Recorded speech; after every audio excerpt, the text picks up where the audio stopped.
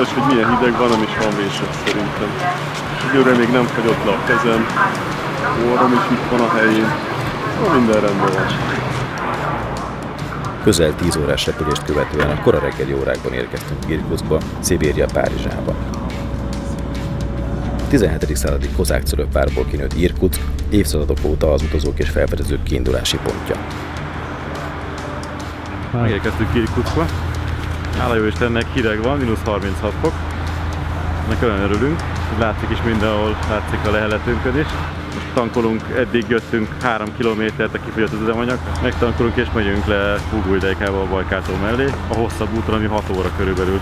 Nem tudjuk, hogy mi fog történni, de azt mondták, hogy rezonál a kardán, és azt most megnézzük az World Centerben. A másik azt meg fölvesszük, mert az meg tegnap romlott. Tehát azt mondta, hogy tegnap elromlott a másik azt most fölvesszük, és ma meg ennek elkezdett rezonálni. Azért bérünk két autót, hogy egyszerre egy autó mindig működik, nem? És akkor majd egy rotációval cserégetjük. A Hunter vezetőülése alá utólagosan fabrikált fűtés érkezésünk előtt pár nappal megadta magát. Nem bántuk volna, hogyha a jóindulatú szerelők inkább kidobják a tajgára, hiszen jelentős hangforrásként járult hozzázó az amúgy sem csendes utasteréhez. Lélekmelegítő hatását azonban egész utunk során üvegből kényszerültünk pótolni. A buhánka sem volt teljesen kóser. A kardán tengely felül erős rezonancia járt át a karosszéját és megfáradt testünket. Később kiderült, hogy egy filléres kardánkereszt volt a ludas, amit a szerelők még mindig nevetséges összegért egy teljes kardántengelycserével orvosoltak. Ezek után azonban szó szerint semmi sem állt az utunkba.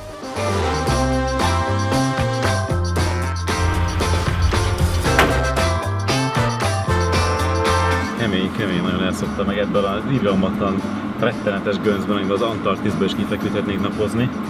Abban itt borzalmas. Az még kisebb gond lenne. A nagyobb az, hogy annyira széles ez a hótaposó, hogy egyszerre nyomnám a féket és a gázt, hogyha egy síkban lennének, de nincsenek, a gázpedál sokkal mélyebben van, viszont nem fér be a cipőm. Tehát el kell fordítani a lábamat minden gázadásnál, és úgy kell kihalászni a lábamat, hogyha fékezni kell, úgyhogy kalandos. Jobb, hogyha kimegyünk a forgalomból, és már ki leszünk a halálfatán a vadonban, mert akkor ott már jobban ki tud lenni. Főleg, ha megvesz az egyest.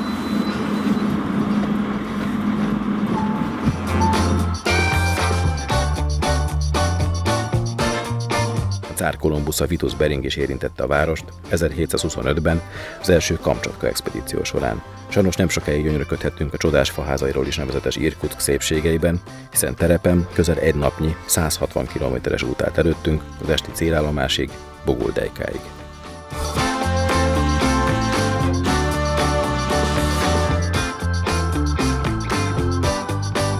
Ahol lehetett, tankoltunk, hiszen a turisztikailag egyre frekventáltabb bajkáli régióban sem volt 5 kilométerenként benzinkút. A két UAZ természetesen oroszos nagyvonalúsággal bánt az üzemanyaggal, de az átszámítva literenként 170 forintos benzinár mellett nem aggódtunk túlságosan, amúgy is megérdemelték. Egyikünk sem keletkutató, azonban a másodállásban Sámán Volodya bácsi jóvoltából egy nap alatt is gazdag tapasztalatra sikerült szert tennünk sámánológiából.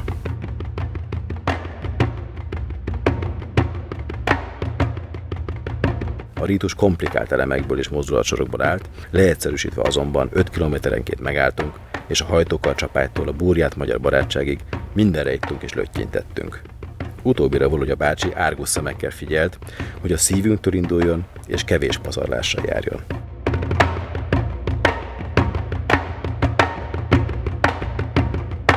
A kedves búrjátok rokonuknak tekintenek bennünket, számunkra meglepő volt, hogy ők is ismerik a csodaszarvast. Volodya bácsi személyesen is. Az uazokat is megszégyenítő vodka fogyasztását látva lazán elhittük neki. Спасибо. А я за вас всех выпью.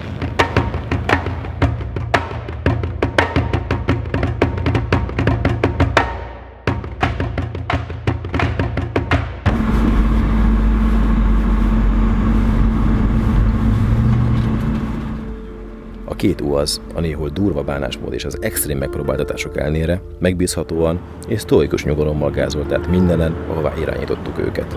Nem véletlen, hogy ilyen elterjedt errefelé.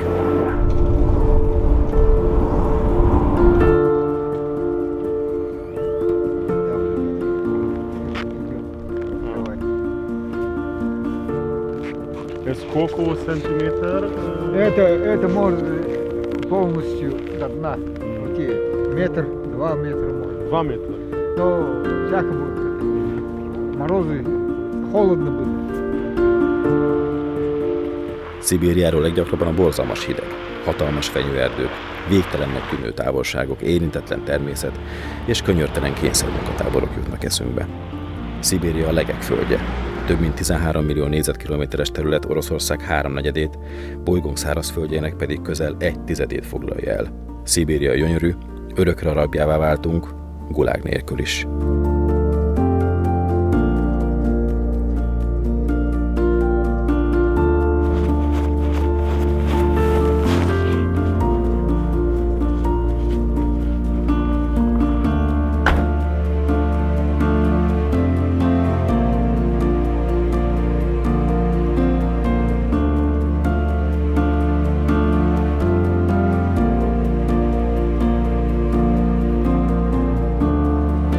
A kedves öregnek sikerült valamint belocsolni a 2 liter vodkát a Bubuldejkáig tartó úton.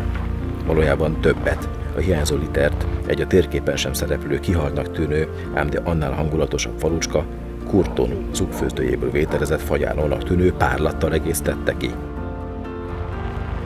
Szamogonnak nevezte ezt a borzalmat. Máig nem értjük, hogy nem vakultunk meg.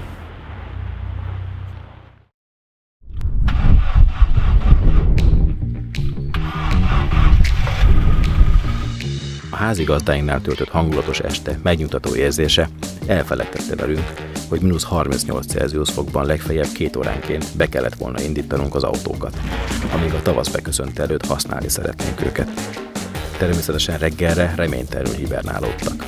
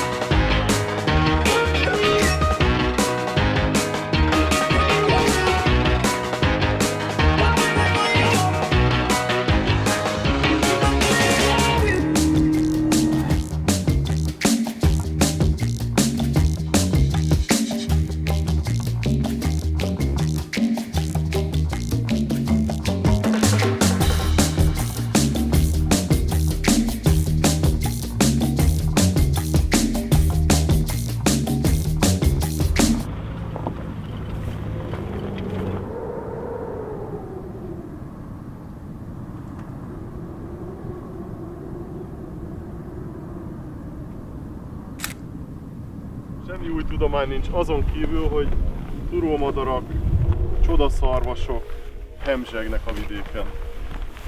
És itt vannak egyébként a pénzek, amiket a vodka mellett pénzeket is így el kell szórni a szerencse okán.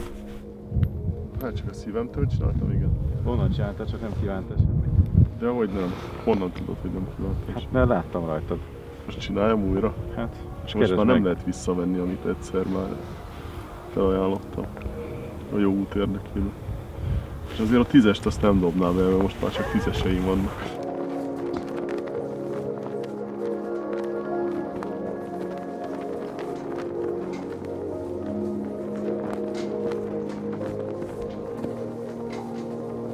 Az Autós Világutazó Klubjának kedves vezetője, az orosz hírszerzés archívumában Wanderlust King néven szereplő András barátunk úgy gondolta, hogy a szibériai szervek csupán díszletnek áldogálnak nínós uazukkal a Csernórudi elágazásnál, így aztán változatlan sebességgel továbbhajtott. Tévedett. Azonban miután a nem túl meggyőző bűnbánat gyakorlása után felvettük legszebb minisztráns arcunkat, az addigra megenyhült rend őrei egy szóbeli figyelmeztetéssel utunkra engedtek bennünket.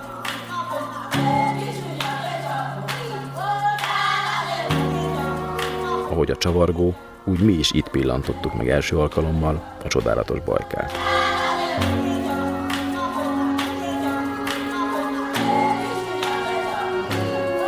Amint tehettük, lerohantunk a vízpartra, ennél a kikötőnél léptünk először a megdermedt Szent-tengerre. Ugyan a befagyott hajók körül nem törték a jeget, a látszat ellenére sem hagyták őket sorsukra. Hajótestük olyan kialakítású, ami nem összeroppan, hanem kiemelkedik a jég szorításából.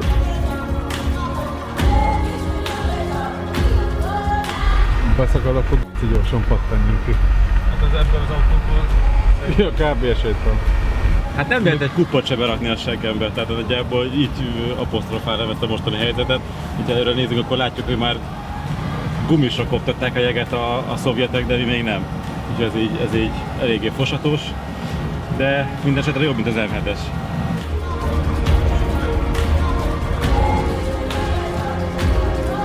Miután többé-kevésbé tiszta pantallóval átértünk a Bajkáltól legnagyobb szigetére, Olhonra vezető Zimniken, és túléltük az első jégen autózásunkat, a következő 2 napot a Balatonnál kicsit nagyobb méretű, 73 km hosszú szigeten töltöttük.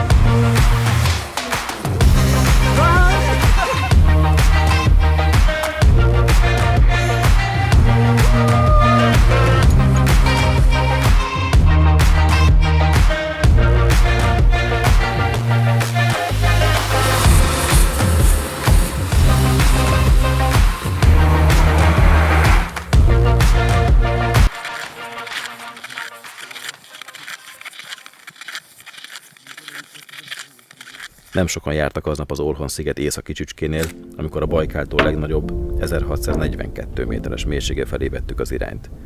Nem bírtunk ellenállni a driftelés csábításának, pedig tudtuk, hogy földünk édesvízkészletének 1/5 alattunk háborog.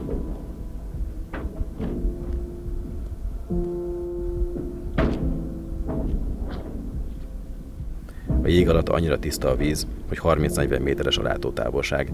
Ezt hála Istennek nem sikerült kipróbálnunk. A kristálytiszta vízből olyan jégtorlaszokat korbácsolt a fagyos szél, amit a Salgótarjáni síküveggyár is megirigyelhetne. Itt értettük meg gyermekkorunk végtelenségig elcsépelt meseelemét, az üveghelyen is túl kifejezést.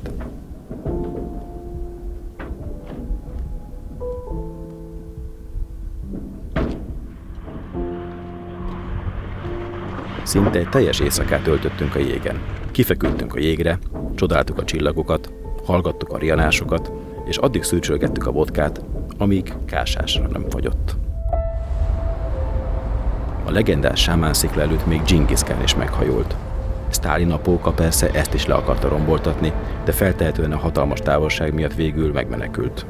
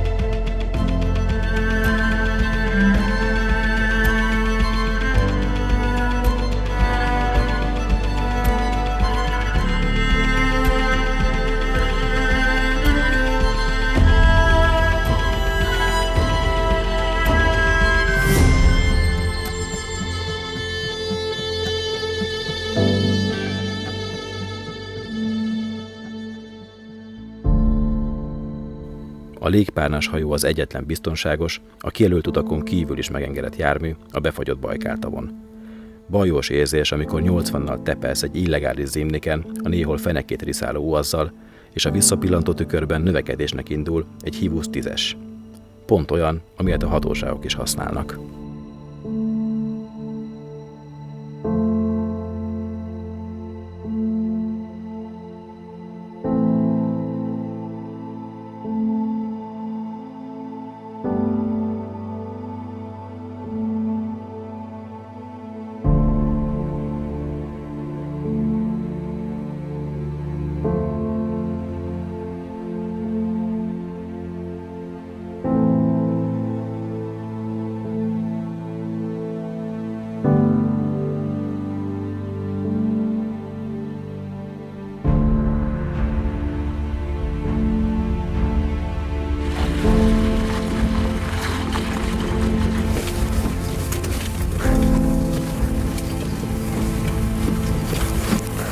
Kezelik a faradészt. Na merre, balra? Balra, igen. Jöjjön róla valami?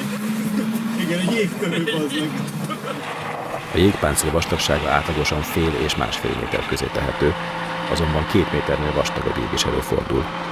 Hiába tudtuk az eszünkkel, hogy ez egy teherautóval is könnyedén megbirkózna, amikor az ösztönénk végig a vészharangot kongatták.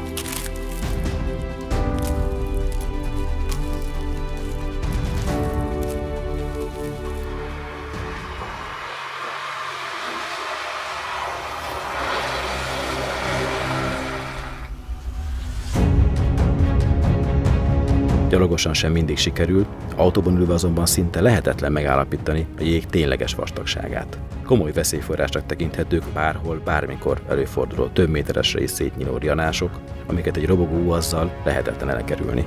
Vannak állandónak mondható keskenyebb repedések, amiket az oroszok egyszerűen átugratnak.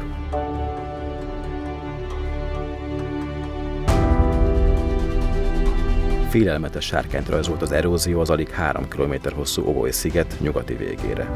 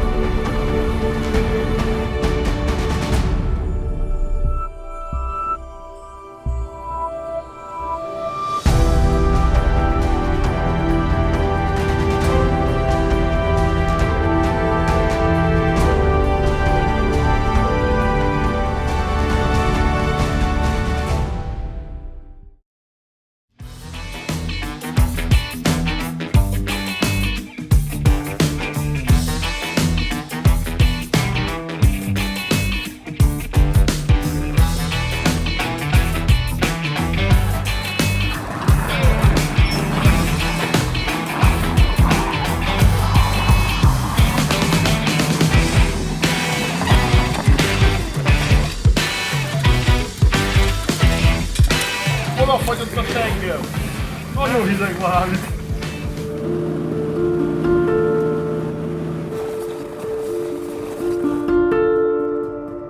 30 000 éves barlangrajzok, 110 millió éves völgyben, ahol mamutok legeléstek régebben, és mamutcsontokat találtak.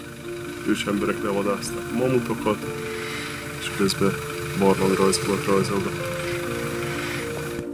És kezdetleges vodkát egész biztos, hogy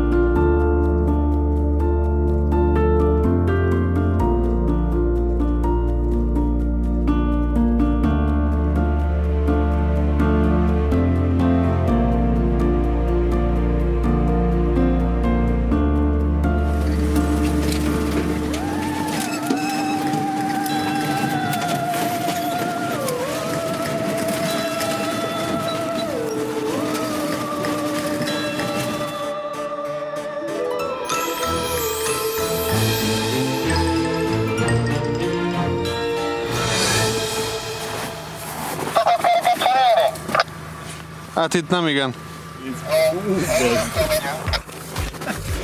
Oké. Most még röhögünk. Még jó, hogy van nálunk nápolyi. A konzervet is tudom még, hogy jól van.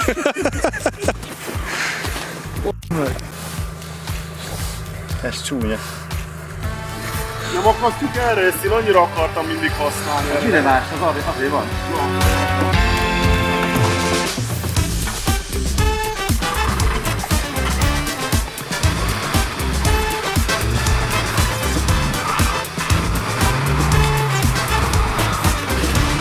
Nem akarjuk hazáig tolni, akkor kapcsoljuk le a lámpát. Mit gondolsz, Feri? Aztán szállva az Isten faszát. Abban nincsen fa. Nincsen, csak ez meg szaráfodóan, de jó lesz. Kis croissant valakinek? Na. Hogyan tudtatok egyből 2 kereket befektezni? Ez azért... Hát ez Csak gyanús is volt, hogy csöndbe voltatok egyébként. Nem, fenn voltunk. Kiszogattuk a sörünket, és olyan csönd volt, még mondtuk is, hogy ezek valami rossz. Elmentünk gyalog a halálpasztára. Nem szórakozunk, egy defektet mindenki tud kapni. Most ilyen volt, amikor jöttünk az Erdélyi úton. Az nagyon műsoros. Használhatatlan társaság. Eddig tök jó, mert az emelő megy lefele. Majd meglátod, el fogja azt kapni a permafrost réteget. Igen, majd az lesz a gáz, akik akkor ásálta a földet, mert ez nagyobb lesz. Másik kerék. De van ásó is, nem? Nincs nálunk. De adtak ásós papát, meg nagy harangot. Hozd a harangot. Hozd a áldást meg. Elhagytak minket ezek Ennyi a max? Úgy tűnik, igen. Se volt rendesen. Nem kell kéziféket, vagy valami ilyesmit? Ne van. Hagyjuk a picsába, vagy Fokozatban van és kézifékben. szeretjük a veszélyt. Amúgy igen. Ez nem még kaland és bárszopás.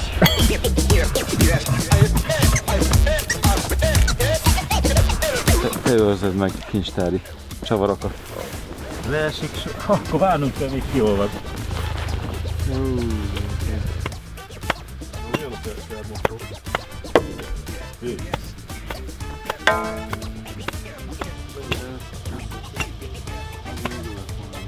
Hát, hogy addig levegyem addig a pótkerekét a másiknak? Az Aha. is olyan. Na végre hasznosnak érzem magam. Eddig unalmas utunk, végre értelmet nyert és akciódús. Mintha a követ ütnék célna föld. Hallod? Igen. Csontra van innentől fagyva. Kezdve tekerni. Az ferde. Akkor most felvele. Ez mindegy. Most. Most mi? Most megfogta, hogy ne libegjél. Nem találom bele a lyukot. Hát. Megfagyott, vagy mi a francol? 2 hét után. Hol van az a lyuk?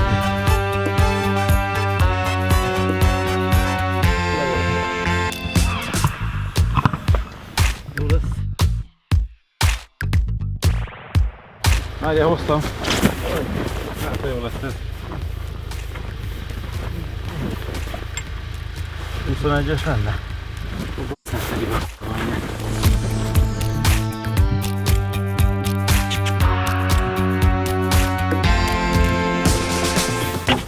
Hoppá.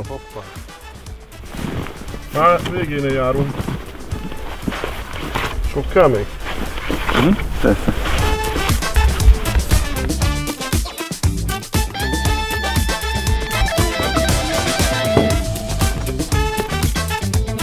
Szibériába kereket cserélünk, buhankám, és közben holland stroopwafelt eszegetünk. Csak a holland stroopwafel ad erőt és mindent lebíró akaratot. Ezt mostantól majd tegyük ide motorrászetőre. Amikor megállunk, jönnek vadlovak, vagy megállunk bármilyen f***ság miatt, amit majd lehet fényképezni, akkor én behúzom a kéziféket és csinálok egy ilyen...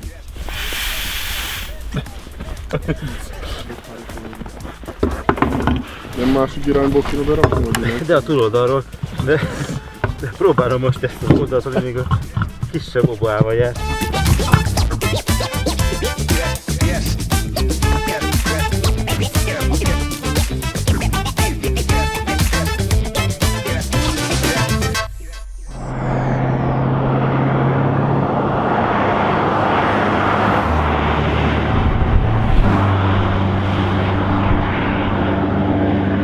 Szajánok Szibéria déli hegyvidékeihez tartozik. Eltörpül a térképen, pedig 1200 km-es hosszával nagyságrendileg akkora, mint az Alpok.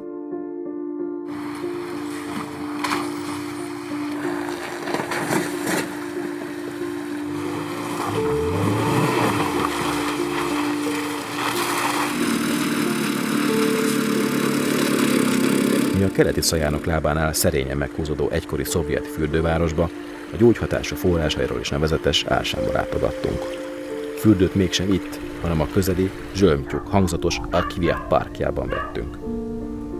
A búrjátok bátorságának ékes tanúbizonysága a düledező, kólhoz épületet víziparknak nevezni. Se baj, az erősen rádióaktív gyógyvízben amúgy sem ajánlatos 20 percnél tovább időzni. Azonban orosz fürdőtársainkhoz hasonlóan mi sem számoltuk a perceket, hiszen mennyei volt az itatóvájukat idéző szabadtéri medencékben pancsolni.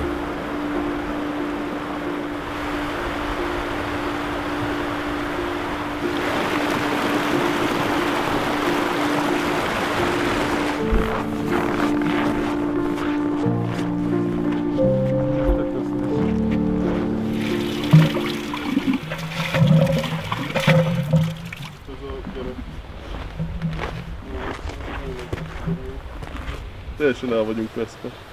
Nem tudjuk, hogy hova kell menni. És honnan jövünk. De kaptam egy térképet Alexejtől. Ennek alapján egész biztosan el fogunk igazodni. Egész biztos vagyok benne. Indulás előre. Én nem vagyok ebben ennyire biztos, eddig gyakorlatilag mindenre eltévedtünk. Reggel nem találtuk meg a WC-t, aztán a konyhát. De kövessük Kornélt, aztán meglátjuk, hova jutunk.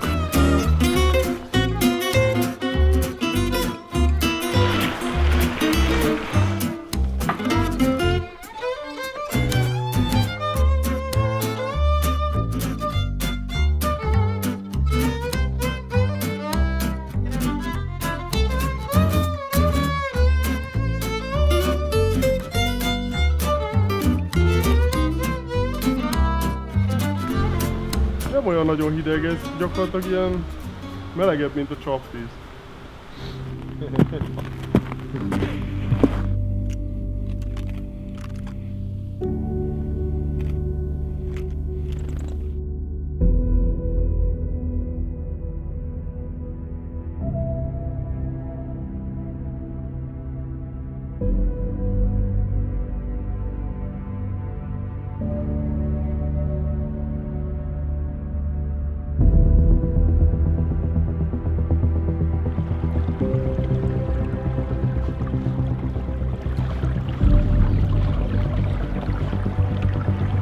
Ársántól északra egy kényelmes sétával megközelíthető ez a jégbe zárt vízesés. Kérgenékol üvegbúrához hasonlított, rajta keresztül megcsodálhattuk a lábunk alatt robogó, zabolázatlanul hömpölygő vizet.